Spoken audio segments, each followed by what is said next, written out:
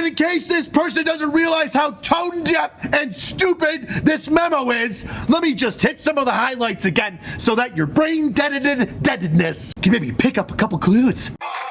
Man, I really gotta get my Christmas shopping done! My drill sergeant senses tingling, but that can only mean one thing. Some colonel is making deployments 10 times harder for their soldiers. Why though?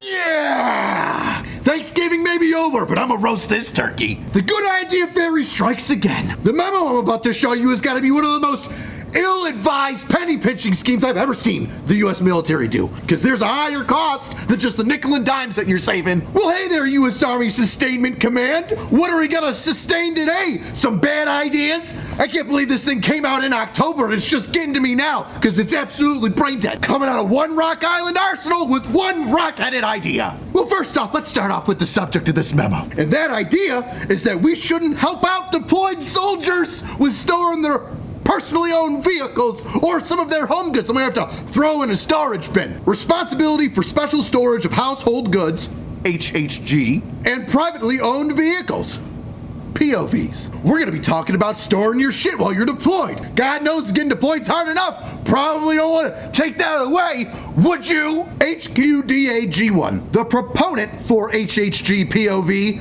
household goods, and personally owned vehicles, storage entitlements, recently determined that the Army would no longer support HHG POV storage entitlements because there is no Army policy explicitly authorizing HHG POV storage in support of soldiers deployed for contingency operations. Well, what's that mean?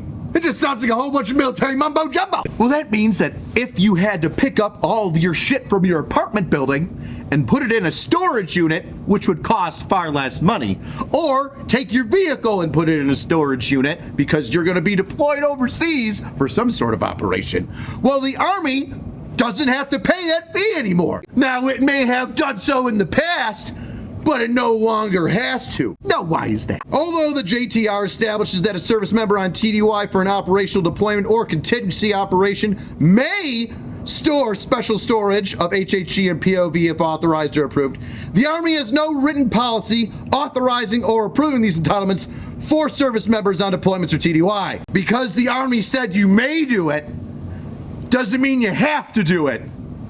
So now you're not gonna do it. Really taking care of troops, huh? Really putting troops first. Wow. Outstanding leadership. Outstanding. HQDAG1 is therefore determined that the previously published guidance is not authoritative in nature and that there is no Army policy authorizing HHG POV storage in support of soldiers deployed for contingency operations. Well, what do you know? Just like I said.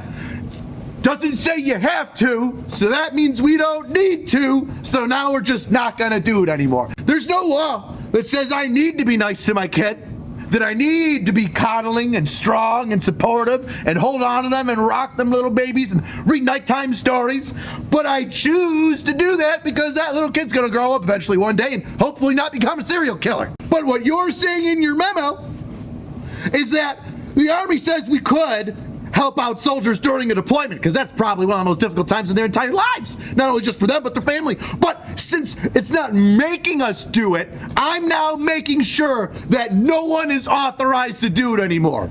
You're not allowed to do it anymore. Oh wait, I didn't get there yet? You didn't read that in the paragraph? Let me read that portion for you. ASC activities are therefore no longer authorized to fund HHG or POV storage requests for deployed soldiers. There is no authority to grant exception to this policy. However, unit commanders may use their designated motor pool or a designated fenced area to store POVs for soldiers while on TDY at no additional cost.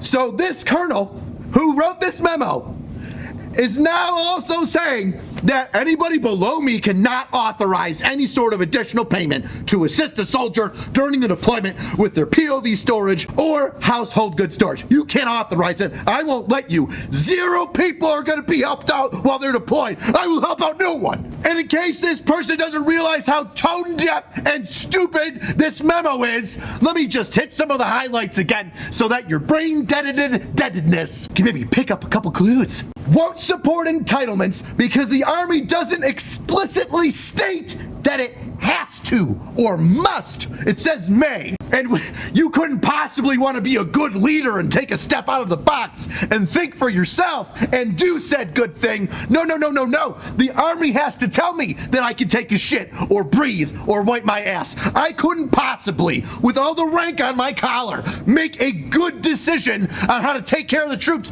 by an authorized method that the Army allows. Doesn't force, but allows. That's like putting candy on your freaking porch at Halloween and then smacking kids' hands trying to reach in and grab it. Hey man, you can take this Halloween candy, but I don't have to give it to you, so fuck off. And the worst part of it is that this is in support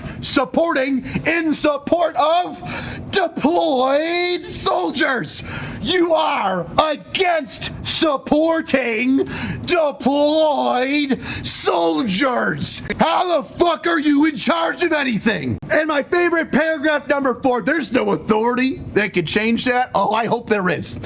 Oh, I hope that there is an authority that looks at this fucking memo and sees how absolutely stupid it is. I can only imagine the conversation. Hey, Colonel, what's the deal with you getting rid of the POV and household goods storage thing to help troops out? What? Why'd you get rid of that? I didn't want to spend any money on my troops. Well, I mean, yeah, I can understand us being fiscally responsible, but like the Army authorizes it, so you could do that. Sound like it's coming out of your pocket? Nah, I don't want to support that. Support what? The troops? Yeah, don't want to support that. Weird, but there's obviously some sort of special circumstance, right? Where a commander could say, no, this person needs some help. We're gonna make an exception for this, and we'll help, pay some stuff off, they're deploying, right? Nah, fuck them. Nah, they're dumb. Fuck them, even if they have a hardship, fuck them. Are you mentally retarded? Yeah. Okay, we should probably get you out of command. You don't need to be in charge of anybody. We don't need this person to be in charge of anything. I can only imagine what the excuse is gonna be. I'm just trying to be fiscally responsible. The United States DoD hasn't passed an audit and since fucking ever. And guess what? It's how many billions of dollars that are unaccounted for annually. The $200,000 that you spend for like an entire division on somebody's POV and household goods storage ain't really a drop in the bucket compared to that shit. Who put these people in charge? Get back here and give them the ad. Yeah! Check out Venture Surplus! Oh my god, it burns! Venture Surplus supplies basic to higher end level USGI gear that's proven to work in the field because we wore it. And when you shop Venture Surplus, they've got the gear that won't let you down. A huge selection of US military surplus. So if you're going to CIF but you forgot and lost some gear, you might want to pick up some stuff from Venture Surplus and hand that in. And their stock is constantly rotating. Just because it's there today doesn't mean it's going to be there tomorrow. That could be sold. Some of it's brand new and cool and in the bag. Once again, buy some for CIF in case you lost some gear. So check out Venture Surplus. Link below. My heart hurts.